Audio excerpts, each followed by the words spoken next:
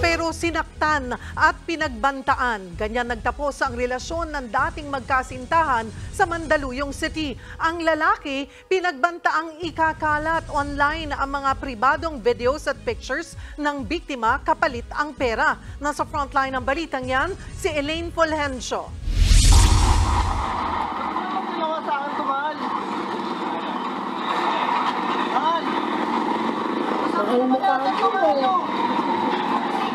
Pilit pang sinusuyo ng lalaking yan ang kanyang dating kasintahan matapos siyang damputin ng mga operatiba ng NBI Public Corruption Division sa labas ng isang mall sa Mandaluyong. Ang 32 anyos na lalaki, inirereklamo ng sextortion ng kanyang ex-girlfriend. Ayon sa NBI, nakipag-break ang biktima ngayong buwan matapos ang 1 taon nilang relasyon. Seloso at nananakit daw kasi ang sospek.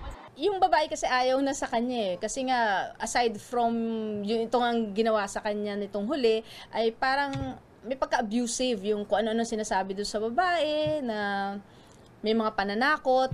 Mula sa dati nilang matatamis na usapan, napalitan niya ng mga pagbabanta, pagmumura at kung ano-anong masasakit na salita. Humihingi rin ng 30,000 pesos ang lalaki kapalit ng hindi pagpapakalat online ng mga malalaswang video at pribadong larawan ng kanyang dating nobya. Dito na nagsumbong sa mga otoridad ang biktima at naaresto ang sospek. Nakakulong na sa NBI jail ang sospek. Sinampan siya ng reklamong robbery extortion in relation to cybercrime law at paglabag sa Violence Against Women and Their Children Act. Nagbabalita mula sa frontline, Elaine Fulgencio, News 5. Mga kapatid, Cheryl Cosim po, huwag maging huli at maging una sa lahat sa balitaan.